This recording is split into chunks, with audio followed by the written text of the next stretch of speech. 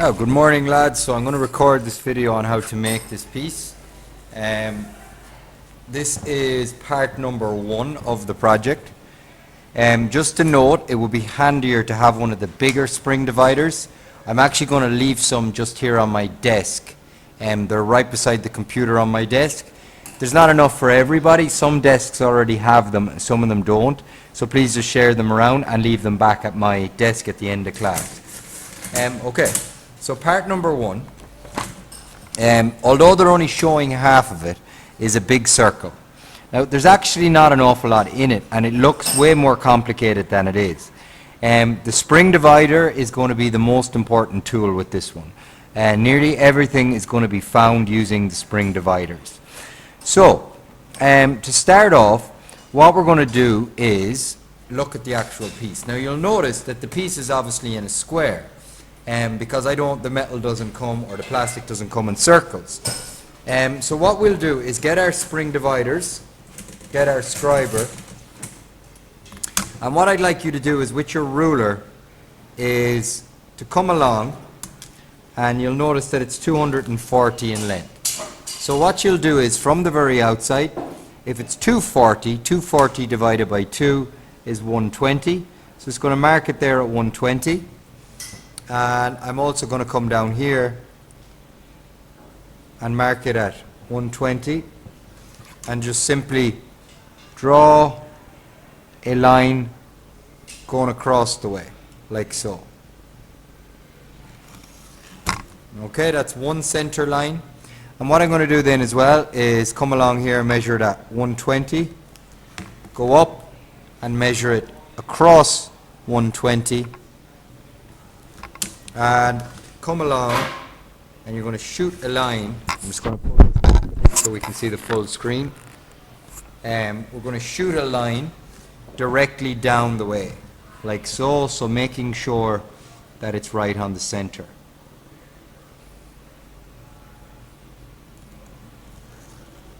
Okay, so there we have it. So you have 4 quadrants, and basically these quadrants are going to be used to help me find some of the different holes.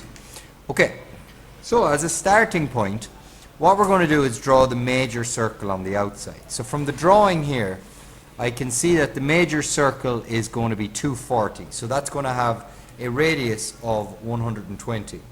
So I'm just going to get my spring dividers and put it in the very center. Now this center point, as I said, is key. So make sure, even if you want to get the dot punch,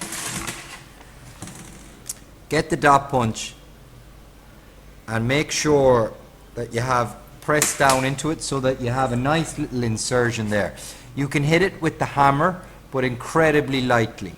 Do not smash it down with the hammer, because if you do, you're going to just crack the acrylic. So I'm going to put my spring dividers out on full. I don't think the smaller spring dividers will just make it. And what I'm going to do is swing a giant hole. You'll actually probably find that using the spring dividers for something like this is a little bit easier. I just noticed that I'm a little bit in.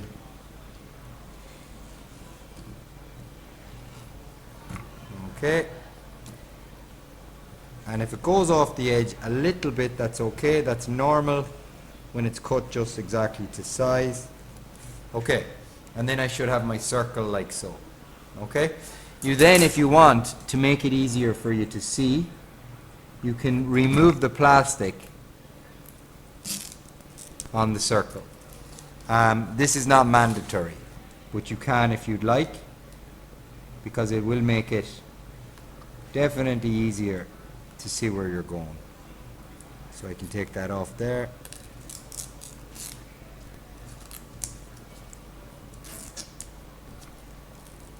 Okay, and you should have a nice big circle that looks like that, based like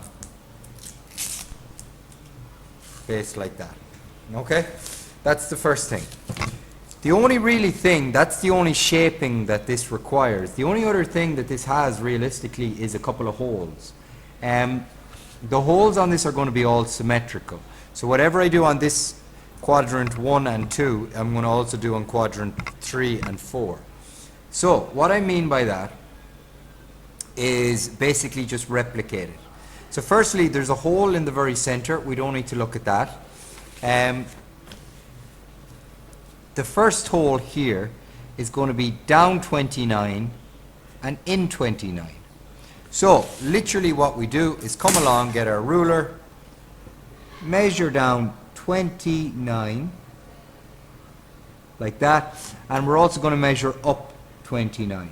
So from the center, measure up 29, and you'll have a tick here and a tick here. And what you can do then is get your square. Now the squares, you're also probably going to run into the same problem with the squares. You need the bigger square for this, so please share them around. I'm just going to grab one from one of the desks.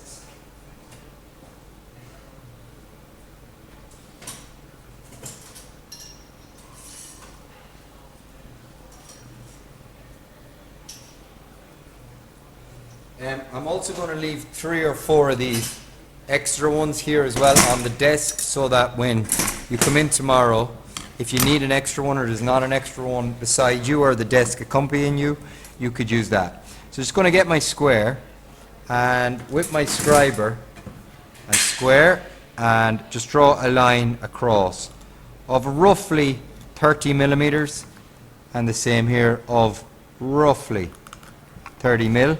And you can actually, because this is symmetrical as I was saying at the start, you can also go back the way and go back the way.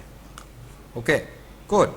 And with these 2 lines then, measure over 29, measure back 29, measure over 29, and measure back 29. Okay, so 29, 29, it's down 29, up 29. It's just a square inside the bigger outer square. Okay, so we should have 4 points, and I'm just going to mark them with an X in pen.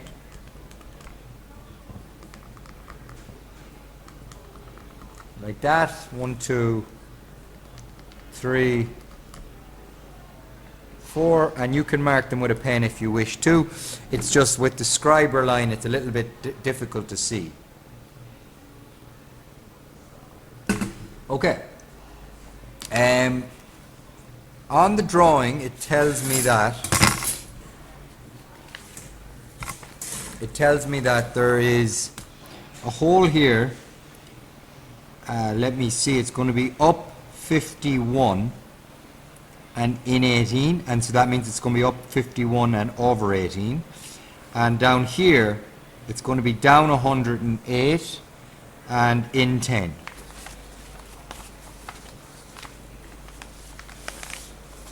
Okay, so to do that, we'll do the top ones first. So the top one, as I said, it's going to be in 18. So I'm just going to measure in 18 from the center and measure out 18 from the center, making 2 ticks here and here. And then with your square, you're going to grab it, bring in a line, scribe it up, bring in a line, scribing it up, 2 lines like so, and measure up 51 along those lines. So putting the ruler down, measuring at 51. Again, you can make a little X and 51 and make a little X. And then the next part is we have an in 10 down 108. So I'm just going to come along here, put it at 10 on the center, mark it at 10, mark it at 10, and drop down 2 lines. Hello? Hello?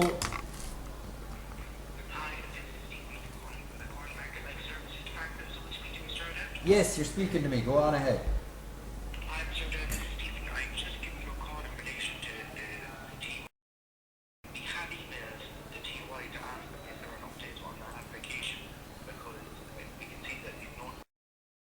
Monday. Okay guys, so I'm going to continue with this video here. I just got cut off, sorry, on a call there that was important. Just in case there's a glitch in the video, that's why. I'm just going to come down here, and as I was saying, I'm going to come down 10, over 10, over 10 and down. And I'm going to come along there at 108 and 108. Okay, and you'll see you'll have a point here and a point here.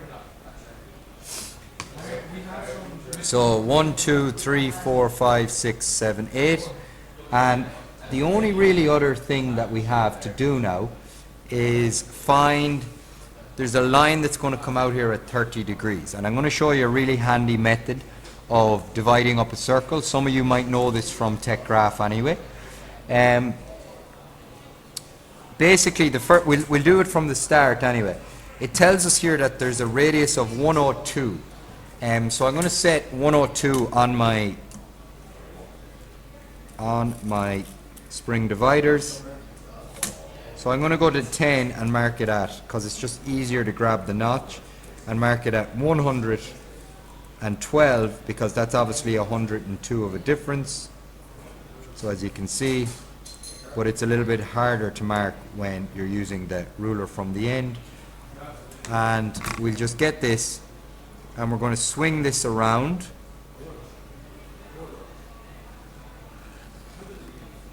And you can go a full 360 with this one. Okay? So we have a full 360 with this one. Okay? And once you do that, there's actually a really handy method, and you can use this in TechGraph as well, for dividing up the circle. If you bring your spring dividers out to the very, very edge, originally where you drew the circle like so, and you take that there and swing it down from here, so from this point, swing it down, and you'll see the mark that I got here, and from the bottom one, swing it this way, and you'll see the little mark I got here. This then will be at 30 degrees, and this will be at 60 degrees. Now the one we need is the 30 degrees, so we just get the two of them, line them up like so, and let me see, my little mark is there, and draw that across. Where this circle that you drew at 102 and this intersect with each other is actually a point, and over here and here is also going to be a point where it intersects with your center line. And the same is true. You can just get your square and you can bring this across to the center, this point here, and that will actually continue straight through onto where it intersects on the far side. Okay? So you should have now 1, 2, 3. You'll notice that they're equidistant apart in like a equilateral triangle. You'll notice that the two of these are equal, the two of these are equals, the two of these are equals, and the two of these are equal. Okay, so that's part one. This is the base of your project, so it's really important that you double and triple check everything, that it's in the right place. Okay? Well done, guys. That's part one. These are going to be on my desk tomorrow in a pile. There's one for everyone in the audience.